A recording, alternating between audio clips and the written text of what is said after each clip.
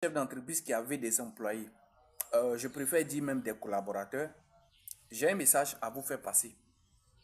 Lorsque vous voyez que quand vous quittez l'entreprise, vos collaborateurs sont obligés de vous appeler, ils sont obligés de connaître d'abord votre avis sur comment par exemple faire la livraison, comment par exemple parler avec le client, comment faire pour que l'activité puisse bien se passer. Lorsque vous n'êtes pas là, alors il faut déjà commencer à vous poser les bonnes questions. Et généralement, il y a deux aspects qui causent cela.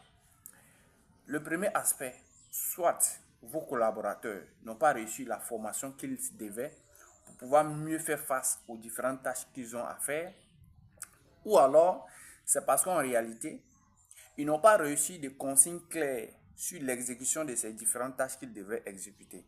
Prenons le premier cas.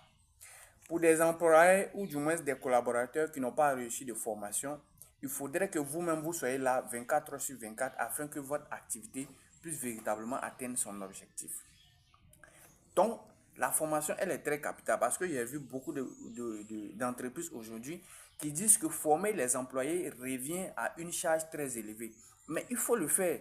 Parce que comment toi tu veux véritablement développer ton entreprise? Comment tu veux aller de l'avant? Comment tu vas atteindre certains niveaux avec ton activité si tu refuses de former par exemple tes collaborateurs? Parce que ce que tu oublies, tes collaborateurs n'ont pas forcément les mêmes qualités, les mêmes connaissances de l'activité. Et ça, tu dois le comprendre tout de suite. Et tu dois être à l'aise avec le fait de les former parce que ça fait partie du processus d'accroissement de ton activité. Donc ça, c'est le premier point. C'est parce qu'en réalité, vous refusez souvent de former vos collaborateurs parce que vous pensez que c'est cher. Parce que vous pensez que ça va coûter cher et qu'après, la personne va partir. Mais vous perdez quoi? Vous ne perdez absolument rien. Vous ne perdez absolument rien. Vous, pour vous, c'est de faire en sorte à ce que ces personnes soient bien formées pour pouvoir développer votre activité. Même si demain, ils venaient à partir, ça, c'est pas un souci. Mais vous les formez. Deuxième aspect, c'est parce que souvent, ils ne reçoivent pas des consignes claires qu'ils doivent exécuter.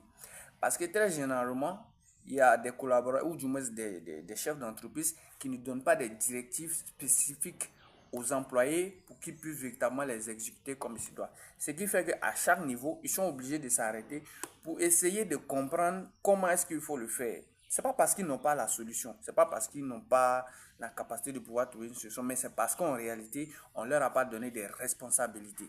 Donc souvent, apprenez à responsabiliser vos employés pour qu'en fait, lorsque vous n'êtes pas là, ils puissent véritablement exécuter certaines tâches sans même avoir à vous attendre.